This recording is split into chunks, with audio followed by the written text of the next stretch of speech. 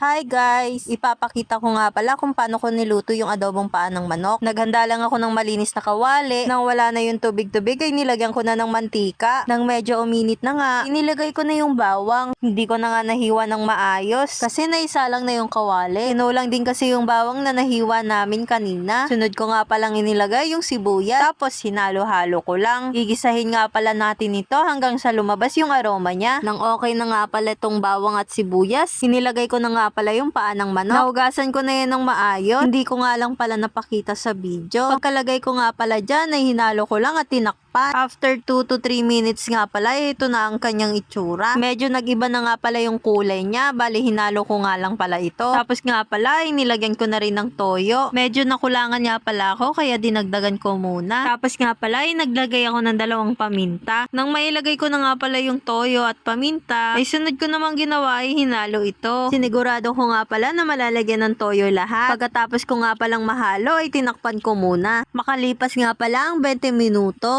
Ito na nga pala yung paa ng manok na pinapakuluan natin. Alam nyo ba guys, favorite ko talaga tong adobong paa ng manok. Kahit nga may allergy na ako, nakain pa rin ako neto. Yung ganitong klaseng ulam yung mapaparami ka ng kain talaga. Tapos, dagdagan mo pa ng maraming sili. Ay grabe ang sarap. Alam nyo guys, masarap din yung bulda. Para siyang klase ng tahong. Pero sa mga fish pan siya nakukuha. Hindi ko na nga maalala kung kailan ako huling nakakain nun. Para sa akin, adobong buldat yung masarap na luto doon. Tapos maraming sili. Mabalik nga pala tayo dito sa niluluto ko. Kung medyo malambot na nga pala yung mga paa, ay nilagyan ko na ng sili. Hinalo-halo ko lang talaga. Pangalawang putahe ko na nga palang niluluto ito. Grabe guys, ang init. Naalala ko nga pala dito yung asawa ko. Noon nandun nga pala kami sa bahay namin sa Laguna. Nagluluto ako noon ng ulam namin. Sabi ko nga pala sa kanya, mainit. Inadjust niya nga pala na magpakabit na lang kami ng exhaust fan. Para pag nagluluto kami, hindi sobrang init yung loob ng bahay. Pero sabi ko sa kanya, wag na. Normal lang naman na mainit kasi nagluluto tayo. Sabi ko nga sa kanya, buti nga marunong magluto yung asawa mo. Hindi yung puro delata yung ipapakain sa'yo. Pero nung nakauwi na nga pala ako dito sa QC, ay bumili talaga siya ng exhaust fan mga B. Wala na akong magagawa kasi nakabili na siya tapos nakakabit na rin. Maluto na nga pala tong adobong paa ng manok. Sinando ko na nga pala at hinain sa lamesa. Kasama niya dito yung kalderetang baboy. At syempre, hindi mawawala ang adobong paa ng manok. Kanin na nga rin pala dito. Ate Julian, tikman mo kung anong lasa. Adobong paa.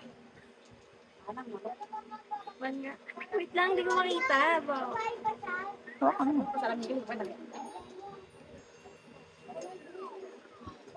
Ayun, okay na siya.